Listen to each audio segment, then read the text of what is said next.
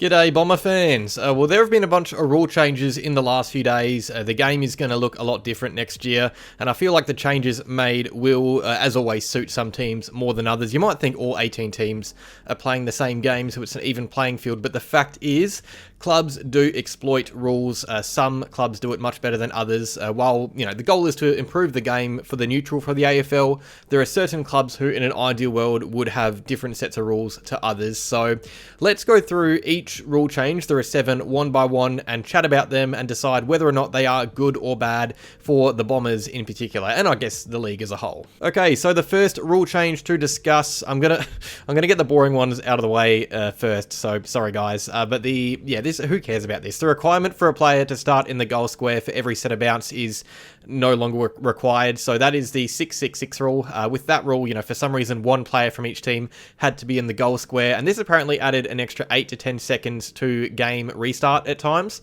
just because some umpires would have to act like primary school teachers to ensure players returned to the goal square. I think this is, it's a necessary change if it's true that it costed that much time per game. I can't really say I've ever paid attention to this. Obviously, umpires know, and they thought it was necessary to change. I don't think anyone's going to notice this anyway. Like, I think it probably gives you more flexibility to be creative as a coach, because you have one player who can do more than he was allowed to before. So, I mean, yeah, if I guess it makes sense. Are we going to remember this rule at all? Probably not. I mean, I don't really think this benefits or hinders in any one club. It's not something we're really going to think about ever again, I don't think. Now, to continue with this and the AFL's attempts to reduce the game time, the AFL are also looking to sharpen up kick-ins. So we won't notice this one at all again. But right now, umpires have a rough time of when a player should kick the ball when they get a free kick, for example. So that is 8 seconds when a player gets a free kick. They'll get the free kick, the umpire will give them time, they'll say move it on, and then they'll raise the hands to say play on. That all happens within 8 seconds. That's not changing, but what is changing is that rule for kick-ins, because as it was in 2025 and before, and I don't know why, but the reasonable time for players to kick the footy from a kick-in was 12 seconds, so 4 seconds more. I guess that's to set up, play. They think maybe you need a bit more time with a kick-in because there's more directions you can go. I don't know. But they're reducing that now to match the free kick time of 8 seconds. Not much difference when you think about it. But even if, let's say 15 points a game, that's a minute shaved off the clock, potentially. And I don't really get why you need to wait any longer for a kick-in anyway. I think this makes sense. We're not going to care about it. We're not going to notice it. I think it'll, at the very worst, what will it do? Probably nothing. It's just going to get the game moving. I mean, it'll get it moving faster, but only slightly faster. Another one to save time is the nominated ruck rule, and this is where we start seeing how clubs can maybe improve or play differently because of a rule change. So this rule means that umpires will now have the choice to ball up the footy at a stoppage before a ruck gets to the contest, and I think this is great because we all before this they had to wait for the rucks to lumber around. It was so annoying watching ruckmen jogging from 50 meters out to get to the stoppage for a ball up. Everyone was sat there waiting for them, and it was obvious that they were going to change this rule eventually because the game did not look good last year because of it. So yeah, this one again is to speed up the game. I think we have to be happy with this. I get that we changed the rules a lot, especially with ruckmen, but stuff like this just is a no-brainer. So what this means now is that what it will look like is that it means that umpires will have to be more, ruckmen will have to be more active and durable. Rucks can't just lumber around and slowly go from stoppage to stoppage because the umpires have to wait for them. They now have to get there before the umpire balls up the ball because the umpire will, I'm guessing they'll have a set amount of time that they give. That wasn't really disclosed, but the ruckman will now have to be at a ball up nominating, otherwise it will be balled up without them. So I think that's good. And let's say one ruck gets there before the other, that ruck contest could just consist of that one ruckman. So the umpire would ball it up for one player, and that might happen more often, or maybe what it'll do is it means rucks have to now work harder to get from stoppage to stoppage, otherwise they will risk their opponent going unopposed. So yeah, I think this will definitely favour some specific ruckmen, maybe some clubs. I think about that rule being a thing in 2025 and how poor Todd Goldstein would have died. That definitely favours more athletic and fit and probably younger rucks, and I think that's good for the Bombers because Nick Bryan and Lockie Blackiston are definitely types that have a bit more to them in the long game. The stronger bully rucks are the ones who might not like this this. I look at someone like a Riley O'Brien from Adelaide. I think he is someone who might not like this rule change. Maybe some older ruckmen in the comp as well.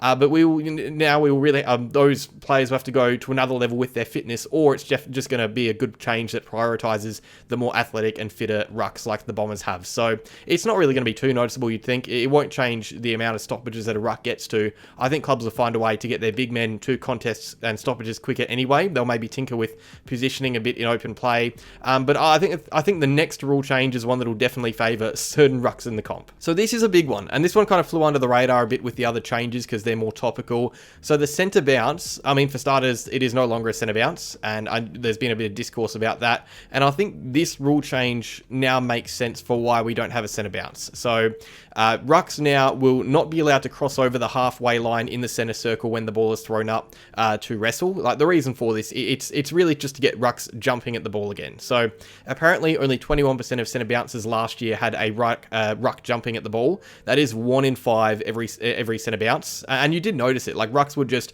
stand in the middle, the ball would be thrown up, and they just wrestle each other. They'd be hugging each other while the ball's in the air and then tap it down to their players.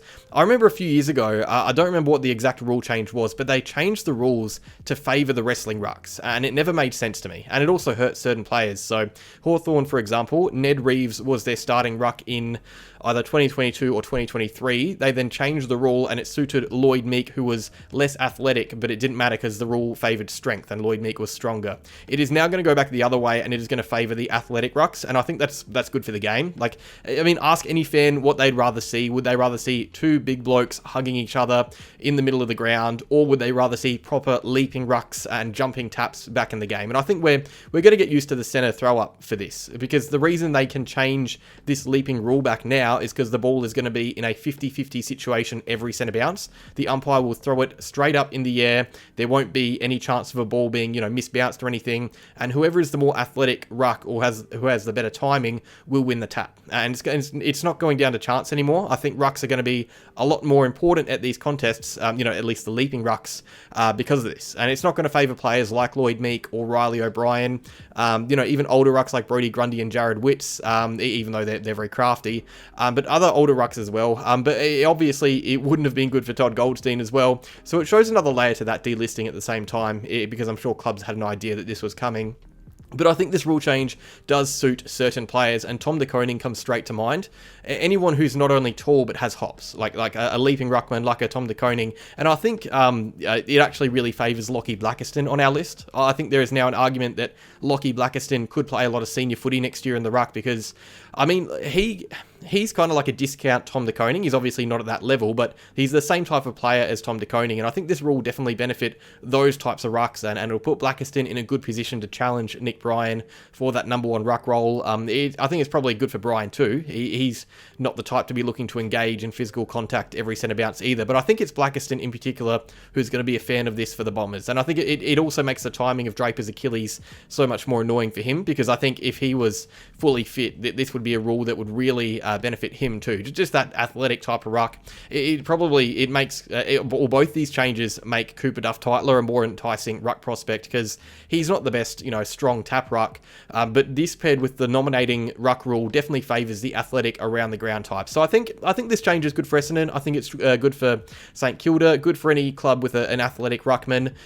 Probably not as good for Adelaide. Hawthorn, I mean, I think we'll see more of Ned Reeves, if anything. It might also have clubs having two ruckmen playing more often, because, you're going to have not more ruck contests, but it'll be harder to get from ruck contest to ruck contest. Last disposal, this is going to be a big one, and I think I like it. I don't know, it's going to be weird at first, because it's a big change, but I think it's one we'll probably get used to.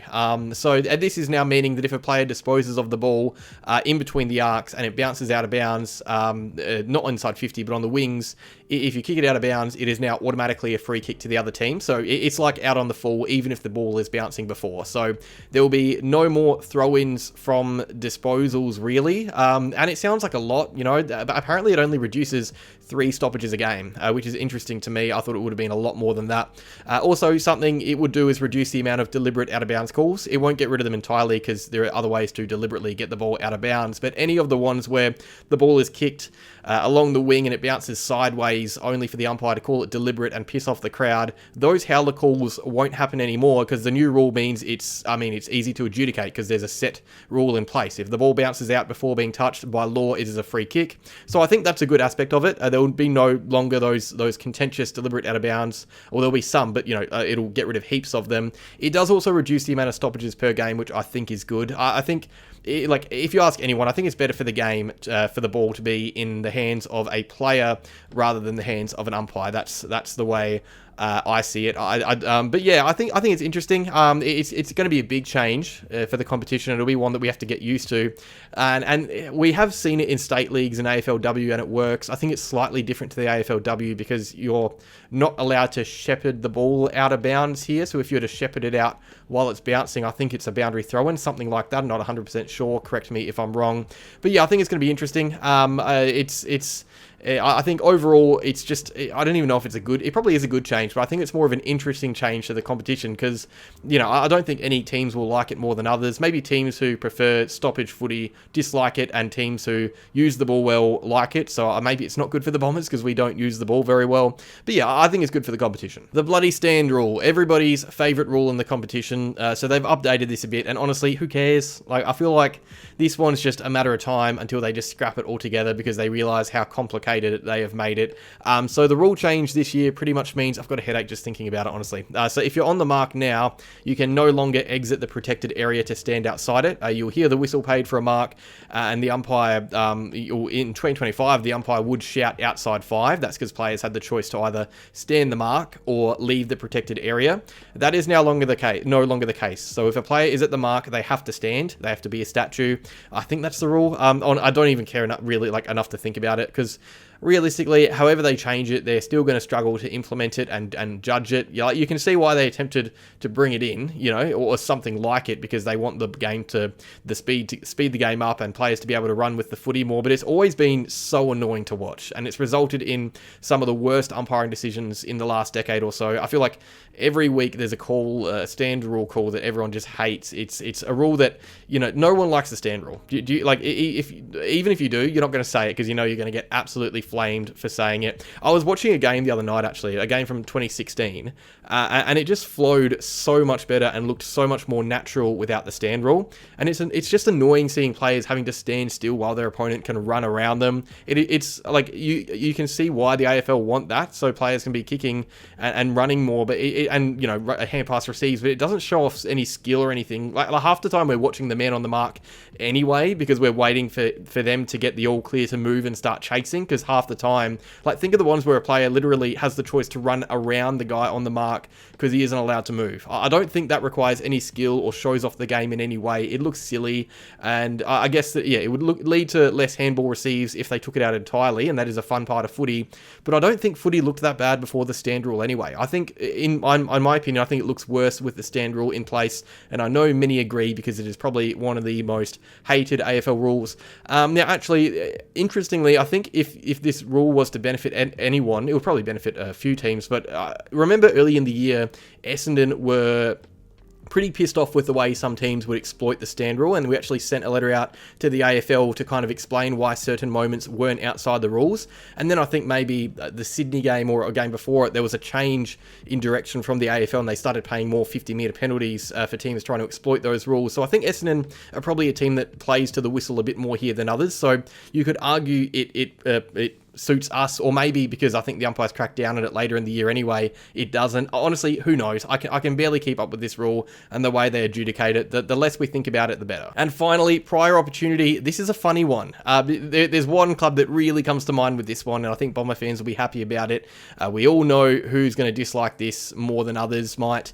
The new prior opportunity rule means that if you're trying to shrug out of a tackle, it is now deemed as prior opportunity, and you can be pinned holding the ball. That is obviously an attempt to crack down on players ducking their heads and lowering their body to receive high free kicks. I don't know if I like this rule or not, because I think it might create more difficulties for holding the ball free kicks and, you know, open a bit of a can of worms for what is or isn't holding the ball. But I do think the AFL are doing the right thing by at least attempting to reduce the amount of ducking and diving that goes on, because, like, you know, we don't like it. I follow the Premier League, the soccer, really closely, and you see the AFL trending more and more towards players playing for free kicks like in soccer, which we don't like. It's a really annoying part of soccer. It's becoming an annoying part of footy. It also goes against what the AFL are trying to do with concussion and preventing that as much as possible. Like, you really shouldn't have players electing to get hit in the head to win a free kick. That is just a stupid part of the game that needs to be removed. You really cannot argue that it is good for the game in any way. So even though I think this rule change might cause some problems, I think it should hopefully at least tip the scale over the other way. Like, if there are a bunch of bad holding the ball free kicks paid when a player is shrugging, because there definitely will be some contentious ones, you know, you could get tackled straight away, try and shrug out and be pinned potentially. I don't think we're going to like that. We're going to see a fair few amount of free kicks that we don't like from this rule, but I'd rather see that than, you know, players like Nick Watson ducking into free kicks every time there is a contested situation, because I guess this rule will definitely cause some chaos, but I think it will maybe tip the scale the other way a bit and take out ducking and playing for free kicks in the process. Now, who will this benefit? Obviously, it won't benefit Hawthorn. They're a team who score quite often from free kicks. I don't remember the exact stat by the end of the year, but halfway through it, they'd scored the most goals from free kicks of any team. You've got Nick Watson, Jack Ginnivan, Dylan Moore. Those are the poster boys for ducking their heads. You know, you even saw it when they talked about this rule. Like, everyone would, all the footy pages would post, and it would be a photo of either Nick Watson or Jack Ginnivan ducking their head. But I think if anything, they might take a bit of time to get used to it, and, you know, they might have a few calls go against them, but in the long term it's probably good for them, because those players are good and talented enough to adapt and stop diving for free kicks. That's the hope, at least. I don't think it really impacts the Hawks too much in the grand scheme of things, because those players are pretty good anyway. If anything, it just makes them a bit easier to support for their fans. Does it impact the Bombers? I don't think it does in the forward half. I don't think we have too many forwards that duck their heads. I think if anything, it's probably in the midfield, but it wouldn't really lead or result in us losing out on too many goals, you would think. I think we're an okay team when it comes to diving and ducking, even though I think every team does it, you know. But you know, guys like Kako, I don't think he's one to do it anyway. I think if we have any divers, yeah, they're in the midfield. So yeah, really interesting one. Really, the team most affected by this is Hawthorn, and you know, it's going to be interesting to see what they do. The AFL are going to be cracking down on this a lot. They apparently in 2027 they might even be looking into, you know, ducking the knees and lowering your body more. So yeah, it's definitely a directive to get less high free kicks in the game. It's not good for the game. It's not good for you know, the concussion and that side of things. I think this one makes sense, even though it might be a bit of a chaotic one next year. So yeah, those are the 7 rule changes that the AFL will be implementing in 2025. I think there are some decent ones. There are some really annoying ones in there a bit that probably outweigh them. Anytime the stand rule is mentioned, I think people are going to be annoyed. Yeah, I mean, it's going to be interesting. The game will look very different in a lot of ways next year. Will it benefit the Bombers in the long term? Probably not, realistically. It might help us with a few positional things. I don't think these rule changes hinder the Bombers. If anything, they help us, but you know, it's not a huge leg up. I think there are other clubs who are liking them more than us. But yeah, that's all. Cheers for watching, Bomber fans. Plenty more to come. Obviously, the draft is getting pretty soon. It's almost 20 days now, so that is great. Plenty more draft content coming out. Cheers for watching. Like if you enjoyed, subscribe if you're new, and as always, go Bombers.